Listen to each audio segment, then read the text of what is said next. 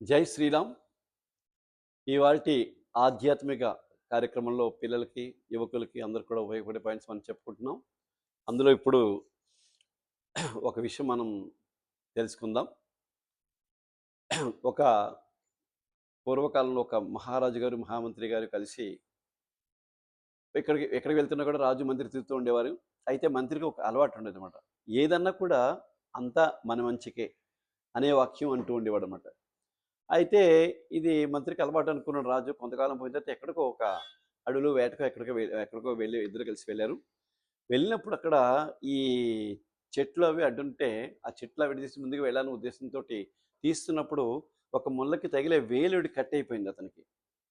Cut అయిపోయేసరికి అతను ఏమన్నాడు, మంత్రి మహారాజు, అయ్యో ఏంటి ఇలా కట్ అయిపోయిందంటే, అంతా మంచికే మహారాజా అన్న, అంతా మన మంచికి మహారాజా అన్నట్టు అనేసరికి రాజు ఇలా అంటున్నాడు ఏంటి ఏంటి నాకు దెబ్బ తగిలినా కూడా అంతా మన మంచిగా అన్నాడు ఏంటని చెప్పి కోపం వచ్చేసాడు. కొంచెం దూరం తీసుకెళ్ళి బావి వస్తే బావిలో తోసేసాడు. తోసేసి వెళ్ళిపోతే తోస్తే పడిపోతాను, బావి నుంచి పడిపోతే అతను ఆ మంత్రి అప్పుడు కూడా అంతా మంచిగా మహారాజా అన్నట్టు. వీడి మొహం తగిలే వీడు ఇప్పుడు ఇలా అన్నాడు అనుకుని సరే ముందు ఇలా వెనక్కి ఇలా వచ్చేసరికి అతను వేలు ఇదైంది కదా చూసుకుంటూ ఉండేసరికి ఈ లోపల అడవి మనుషులు అడవిలో ఉండే ఈ అనాగరిక జనం వచ్చేసి వాళ్ళు ఓహో మంచి మన అమ్మవారికి ఇవ్వడానికి మంచి పొట్టేళ్ళని దొరికాడు వీడికి మనం ఇవ్వచ్చని చెప్పి గబా తీసుకెళ్తే చూసుకునేసరికి వీడిని తీసుకెళ్ళి మహారాజుని తీసుకెళ్ళి బలి ఇవ్వడానికి సిద్ధం చేయగానే అతను ముందు ఏంటంటే బలిచ్చే ముందర అక్కడ జనాల్లో వాళ్ళకు కూడా మంత్రి ఉంటాడు, వాళ్ళని చెక్ చేయమంటే ఆ చెక్ చేసినప్పుడు ఇతనికి చిటిని లేదన్నాడు. అంటే పూర్తి అవయవాలన్నీ సవ్యంగా ఉంటేనే వాళ్ళకి ఇది చేస్తారు, వాళ్ళని బలి చేస్తారు అనమాట, లేదా బలి చేయరు. అయ్యేసరికి వీడు వేస్ట్ అని చెప్పి పంపించారు.